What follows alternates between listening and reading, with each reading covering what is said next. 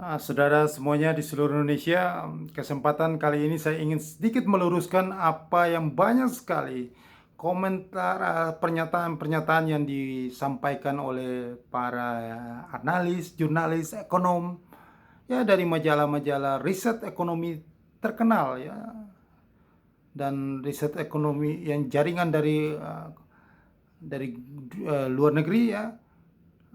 Para analis dan jurnalis itu ya maklum lah, mereka mungkin seorang analis atau jurnalis ya, ya asal ngomong ya, ngomong tidak berdasarkan fakta dan ngomong ngomong yang apa seakan-akan tidak mencerdaskan kehidupan bangsa.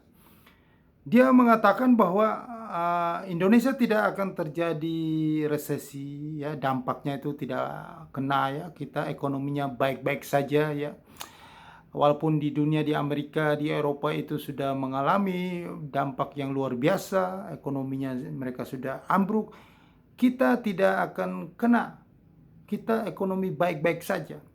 Loh, kenapa begitu? Karena katanya dia sudah wawancara dengan CEO atau pimpinan perusahaan, presiden direktur ya, korporasi-korporasi besar di Indonesia.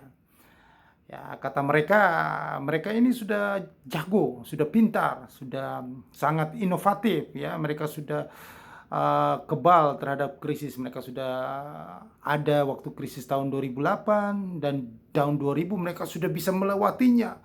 Jadi mereka sudah tahan banting, mereka sudah jalan otaknya, mereka sudah canggih, mereka sudah inovatif sekali. Mereka selalu berinovasi dan inovasi-inovasi luar biasa sehingga mereka bisa bebas, mereka bisa keluar dari keadaan yang buruk nanti. Oh begitu. Jadi memang Indonesia punya CEO itu jago-jago. Yang di luar sana, yang di Amerika, di Eropa itu kalah. Padahal yang di Amerika itu gajinya berkali-kali lipat dari CEO di Indonesia. Tetapi mereka masih di bawah level Indonesia. Mereka bodoh, di sini pintar gitu maksudnya.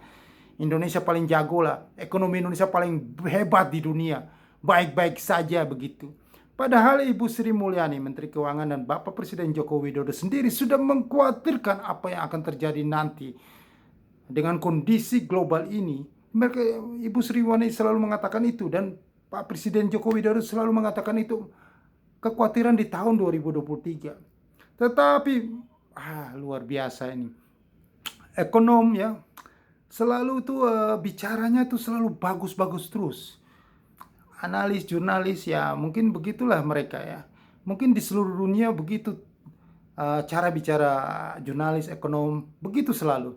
Banyak di podcast-podcast di YouTube ini mengundang mereka dan berbicara hal begitu. Saya ini meluruskan, membantah begitu karena saya merasa ini sesuatu yang membodohi masyarakat Indonesia, sesuatu yang tidak mencerdaskan kehidupan bangsa.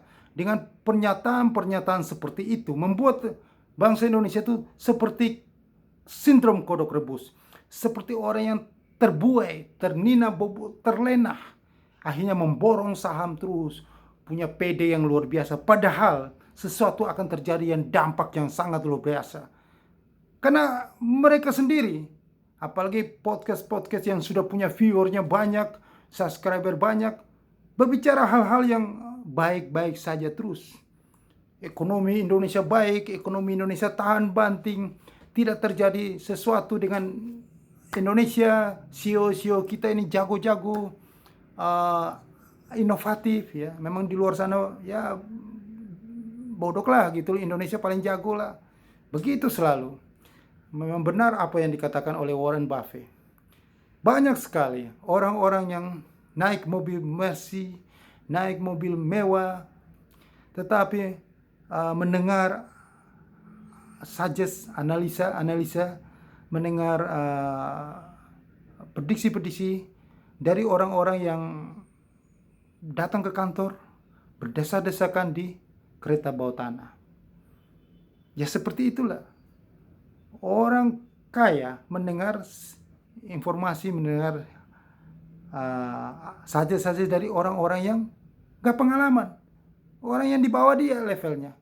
Nah inilah satu hal yang sangat, satu kebodohan kalau saya bilang ya. Makanya itu mengakibatkan makan korban, kejatuhan pasar mereka tidak tahu. Mendengar sesuatu itu bukan dari orang yang di belakang meja, yang hanya mengamati dari jauh, tetapi dari orang yang memang terjun langsung, praktisi. Dia mengalami terus, dia punya pengalaman pribadi dengan hal-hal seperti itu. Itulah analisa yang tepat. Aduh, apa sih maksud mereka itu? Bicara ada jurang 1 meter. Saya sudah selalu mengatakan banyak di konten-konten saya. Kalau jurnalis itu tidak pernah bicara sesuai ekonom apalagi. Itu tidak pernah bicara sesuai fakta yang akan nanti terjadi. Mereka hanya bicara hari ini. Mereka melihat keadaan hari ini. Mereka tidak bisa memprediksi jauh ke depan. Mereka hanya melihat hari ini. Hari ini terus yang mereka lihat. Hari ini dan hari lalu. Tetapi ke depannya mereka tidak bisa ambil kesimpulan. Karena mereka tidak berani. Mereka tidak berani. Mereka takut salah. Dan mereka memang dasar kemampuan mereka tidak ada untuk memprediksi hal itu. Jadi mereka hanya melihat hari ini saja. Besok yang terjadi tidak tahu mereka. Karena mereka tidak punya pengalaman, mereka tidak mengalami sendiri, akhirnya mereka tidak punya intuisi. Jadi kalau mereka mengatakan bahwa ekonomi Indonesia baik-baik saja, kita ini yang ekspor kita hanya sedikit, kita lebih banyak konsumsi di dalam negeri. Jadi perusahaan-perusahaan itu, korporasi besar itu banyak menjual di dalam negeri. Nah, mereka tidak tahu sendiri, dari tahun 2000 pandemi sampai sekarang, daya beli kita itu belum pulih, belum bangkit, masih rebound sedikit. Setelah itu akan jatuh terpuruk lagi karena bahan bakar minyak BBM itu sudah naik. Inflasi sudah tinggi, itu memukul daya beli. Suku bunga udah mulai naik, likuiditas cash di pasaran itu sudah berkurang, itu memukul daya beli. Itu kenapa mereka tidak pakai analisa itu seperti itu.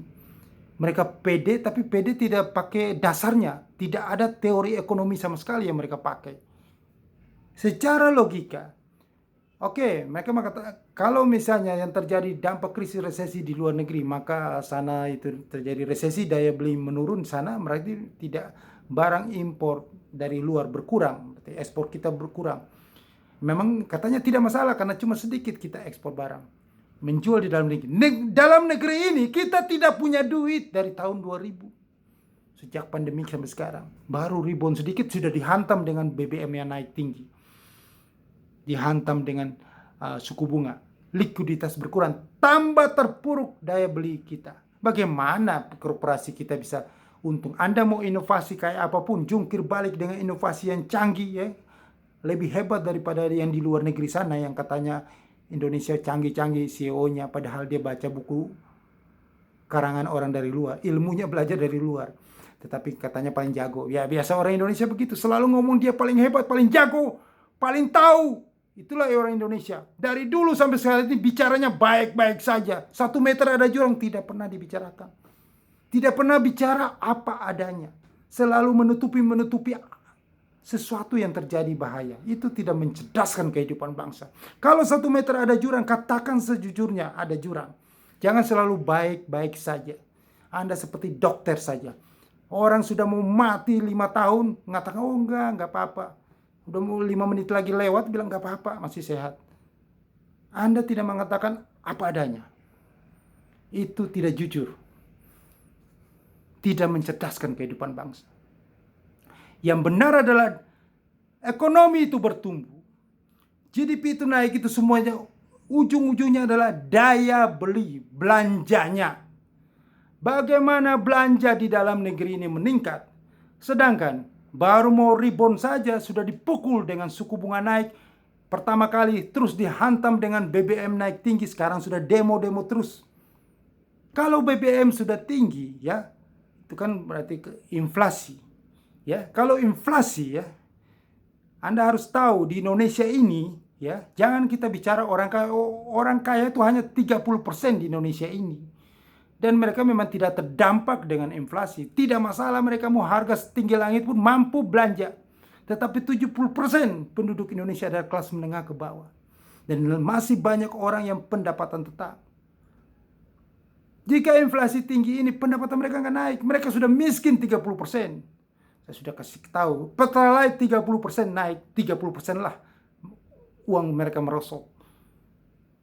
Maka mereka mengurangi belanja mereka. Itu sudah pasti. Anda boleh cek yang kerja di segitiga emas Sudirman Tamrin itu. Coba cek mereka ke kantin, ya. Tadinya makan nasi sama daging atau ayam, sekarang makan nasi sama telur. Sudah berkurang. Bahkan mungkin bawa bekal dari rumah, makan di kantor. Sudah mengurangi belanjanya. Ini prediksi saya. Pasti terjadi. Anda boleh cek. Dan Anda boleh cek 10 orang. Anda survei mereka yang kelas menengah ke bawah. Tanyakan ke mereka, riset mereka, apakah belanjaan mereka itu masih tetap sama seperti bulan lalu atau sudah berkurang. Kalau sudah berkurang, berarti apa? Kalau kita bicara semua orang begitu, 70%-nya berkurang, maka omset perusahaan-perusahaan itu akan berkurang semuanya. Dengan BBM yang inflasi tinggi ini, naik itu, maka margin keuntungan dari perusahaan-perusahaan itu sudah semakin menipis. Orang udah belanjanya sedikit ya, dapatkan omsetnya sedikit, keuntungan juga tipis karena mereka tidak berani mengangkat harga lebih tinggi lagi. Kalau mereka mau margin lebih gede, maka tidak akan laku barangnya. Itu namanya tidak inovatif. Inovatif itu adalah ujung-ujungnya mengurangi harganya. Walaupun dapat kecil tapi banyak yang belanja. Begitu ujung-ujungnya cuma belanja. Anda inovasi tujuannya adalah orang belanja kan? Belanja. Inti dasar fundamentalnya adalah belanja. Lah bagaimana orang mau belanja sedangkan dia sendiri susah duitnya? Kecenderungan perusahaan-perusahaan besar itu PHK. Kalau PHK karena omsetnya sudah sedikit PHK, maka ya semakin banyak pengangguran, maka semakin sedikit belanjanya. Bagaimana itu bisa bertumbuh? Bagaimana perusahaan itu tidak bangkrut nanti? Korporasi-korporasi. CEO jago inovasi. Inovasi apa di tengah? Anda jago inovasi itu pada saat kondisi ekonomi ekspansif. Berapa tahun yang lalu? Sebelum pandemi. Anda lakukan apapun juga. Anda mau tutup mata, Anda jual harga tinggi. Tetap laku. Tapi sekarang semua orang sudah beririt-irit, berhemat-hemat. Anda inovasi, emang yang lain gak inovasi? Pertarungan persaingan inovasi. Semakin tekan harga, margin keuntungan sedikit. Mendingan Anda tutup itu usaha. Bersaing sudah berkeras-keras, promosi gak laku-laku juga. Karena daya belinya berkurang. Nah inilah yang tidak pernah dibicarakan oleh ekonom-ekonom yang sok tahu itu. Katanya ekonomi Indonesia bertumbuh, kita menjual, kita tergantung ekspor menjual dalam negeri. Lah dalam negeri itu ada duit kagak? Kalau sekarang suku bunga Amerika itu dinaikin terus, Bank Indonesia gak mau naik supaya likuiditas banyak, tidak usah naik. Lalu dolar kita langsung tembus 20.000. Ya pasti kita naikin suku bunga dong Bank Indonesia. Kalau kita naikin suku bunga, tambah sengsara ekonomi, tambah susah daya beli. Begitu. Jadi kita itu harus kena dampaknya. Kalau di Amerika, di Eropa, sana kena dampak dari inflasi, ya, suku bunga naik, ya, akhirnya mereka resesi. Kita juga harus kena, harus, bukan mungkin kena, harus kena. Bukan kita tidak kena, ekonomi kita baik-baik saja, kebal sama krisis. Itu apa bicara kayak begitu? Bicara yang seperti anak yang gak sekolah bicara kayak begitu. Logika ekonomi nggak ada. Kok kita baik-baik saja? Karena katanya CEO kita sudah canggih, sudah ngerti, sudah inovasi. Lah, lu mau inovasi kayak apa? Orang duitnya kagak ada yang belanja. Emang lu sendiri inovasi, yang lain kagak inovasi. Di dalam industri kalian aja sudah gontok-gontokan, membanting harga, bikin margin keuntungan tipis sekali. Kalau ya sudahlah, bego sekali yang bicara kayak begitu. Kita akan kena dampak besar karena daya beli tidak ada.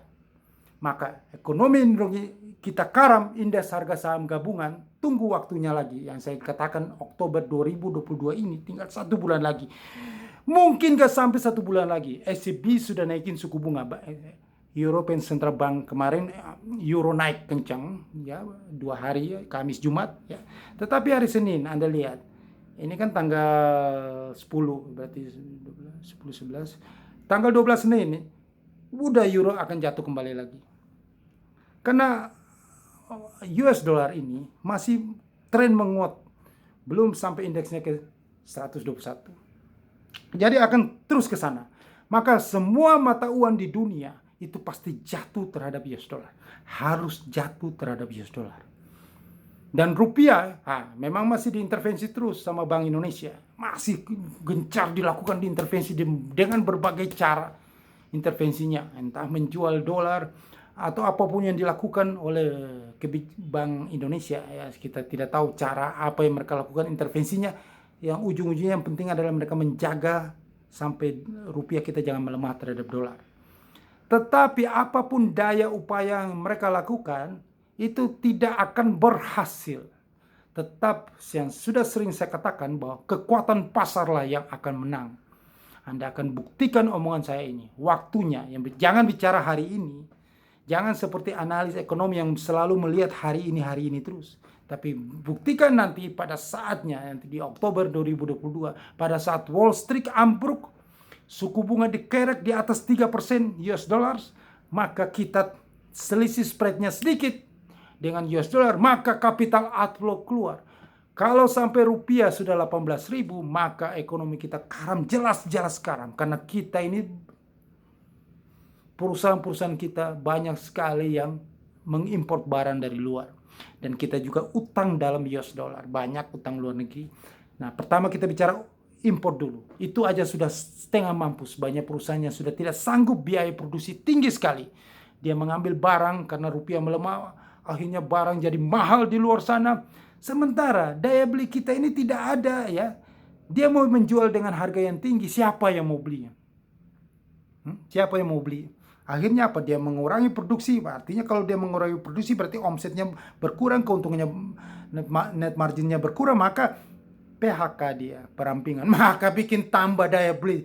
Konsumsi rumah tangga semakin berkurang, maka tambah terpuruk ekonomi Indonesia. Nah, inilah yang bicara secara logika. Ini kayaknya sudah berkali-kali saya bicara begini. Saya edukasi kayak begini. Kenapa saya ulang begini? Karena masih di luar sana konten-konten podcast di sana yang selalu mengatakan ekonomi kita baik-baik saja, tidak terpengaruh.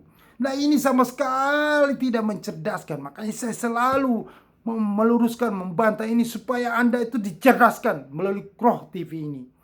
Ada juga yang mengatakan bahwa indeks harga saham gabungan kita tidak jatuh dalam, tidak seperti Eropa, Amerika, dan negara-negara yang lain sana. Ini lagi satu lagi orang yang bicara begini, orang yang tidak punya pengalaman sama sekali. Orang asal ngomong aja. Anda nanti buktikan apa omongan saya. Bahwa justru sekarang yang dikatakan safe haven itu siapa? Indonesia atau Amerika Serikat? Kalau kita dikatakan safe haven, nah berarti memang indeks harga saham gabungan kita nggak jatuh. Investasi tetap di sini aja, uang tetap datang di sini aja, rupiah tetap menguat. Tetapi kita bukan safe haven. Ingat itu ya, kita ini bukan safe haven. Safe haven itu di Amerika Serikat sana. Uang itu nanti keluar semua ke Amerika sana. Begitu, jangan terlalu mendengar konten yang asal ngomong, ayo pokoknya ngomong aja. Ngomong yang enak-enak aja. Karena orang Indonesia itu suka ngomong yang enak-enak, yang baik-baik gitu loh. Jadi viewernya banyak, subscribernya banyak. Tetapi tidak ada isi sama sekali, tidak ada konten sama sekali. Anda tidak dicerdaskan sama sekali. Saya ini bicara apa adanya kepada Anda karena saya jujur. Saya mau Anda itu selamat. Karena memang kondisi ini, memang kondisi harus bicara seperti ini. Memang kondisinya gawat. Karena saya sudah mengalami hal-hal yang buruk itu. Karena dulu saya ngeyel juga, sama seperti yang sekarang-sekarang ini anak-anak milenial itu. Saya bangkrut. Habis ludes. Makanya itu pengalaman itu saya bagikan kepada Anda semuanya. Bahwa ini sudah tidak bisa kita katakan bahwa ekonomi kita baik-baik saja di Indonesia. Hal buruk akan terjadi. Karena kita tidak punya daya beli, itu satu. Ya. Kalau bicara ekonomi baik itu bicara belanja. Kalau belanja sudah tidak ada, berkurang, ekonomi memburuk. Perusahaan-perusahaan korporasi bangkrut. Itu udah pasti. Indeks harga saham gabungan akan jatuh. Itu udah pasti. Inovasi, omong kosong. Mau inovasi apa? Emang lu sendiri inovasi, yang lain kagak. Inovasi terus, tapi ujung-ujungnya adalah daya beli. Mau ekonomi baik, bangkit. Satu jalan apa? Cetak uang, print money. Itu tidak ada cerita. Inovasi itu nggak berlaku. Cetak uang, bangkit langsung ekonominya. Selesai, ekonomi bertumbuh. Kalau mau seperti itu Indonesia. Bansos, cuma bansosnya berapa? Cuma 600.000 berapa bulan. Cetak uang, ekonomi Indonesia bangkit. Tidak akan terjadi krisis. Sukses untuk Anda. Jangan lupa subscribe channel YouTube ini dan sebarkan kepada semua orang supaya Indonesia dicerdaskan dari konten Roh TV ini. Dan satu lagi saya mau kasih tahu ke Anda. Solusinya itu adalah di US dollar. Jadi Anda harus berinvestasi atau trading dalam US dollar. Apapun juga. Supaya Anda bisa selamat dari kondisi yang ketidakpastian ekonomi ini yang cenderung bikin bangkrut semua. Oke? Untuk lebih detailnya, Anda email saya. Saya sudah sediakan email di bawah ini. Saya akan jelaskan kepada Anda panjang lebarnya. Sukses untuk Anda.